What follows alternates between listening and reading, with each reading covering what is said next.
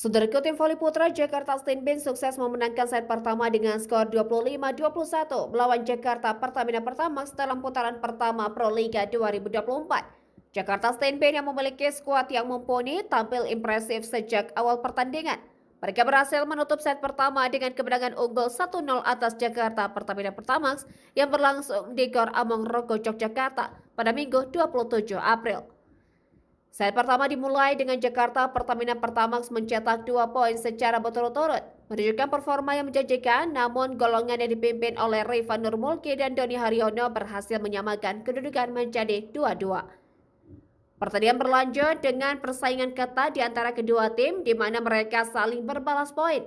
Stefan Kovacevic kemudian mencetak 1 poin dengan spike handalnya memberikan keunggulan bagi Jakarta Steenbeen. Kolaborasi dari Doni Haryono dan Rifan Nurmulki membawa Jakarta Steenbeen memperlebar jarak dengan skor sementara 7-4. Meskipun begitu, Jakarta Pertamina Pertamax tidak menyerah dan berhasil mencetak beberapa poin berturut-turut.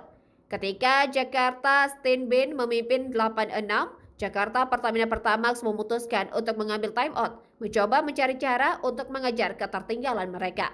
Namun Jakarta Steenbeen semakin mendominasi permainan, terutama dengan dari servis Pedro Molina dan spike keras dari Stefan Kovacevic serta Doni Haryono yang membawa mereka unggul 13-8. Meskipun Jakarta Pertamina Pertamax mencoba untuk bangkit dengan beberapa poin berturut-turut, mereka masih tertinggal dalam perolehan skor.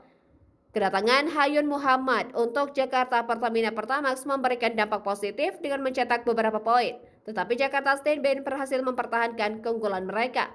Set pertama berakhir dengan kemenangan bagi Jakarta Steenbeen dengan skor akhir 25-21 menunjukkan penampilan yang solid dari tim tersebut.